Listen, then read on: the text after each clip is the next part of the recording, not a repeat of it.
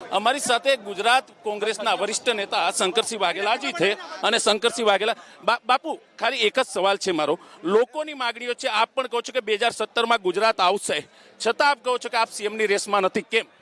આવું નથી, રેસ એવી ન હોય અંદરની.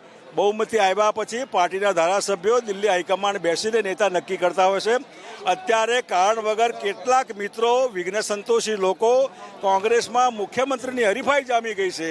એ વસ્તુ દૂર કરવા માટે ઓન રેકોર્ડ એટલા માટે મેં આ કીધું છે. પણ બાપુ ગુજરાતના લોકોની માંગ છે કે શંકરસિંહ વાઘેલા જો આવે તો બહુમતી આપશે ને પછી પાર્ટી જે નક્કી કરે. પણ હાલ હું મારી જાત્રે એમાંથી હરીફાઈમાંથી કાઢી નાખું છું. કોઈને એવું લાગે નહીં કે અંદર અંદર હરીફાઈ છે એમ. 2017ની ચૂંટણીને લઈને આપ શું કહેશો? કોંગ્રેસ જીતશે તે આશાવાદ? 100% જીતશે, 100% જીતશે. બીજેપી 100% હારશે.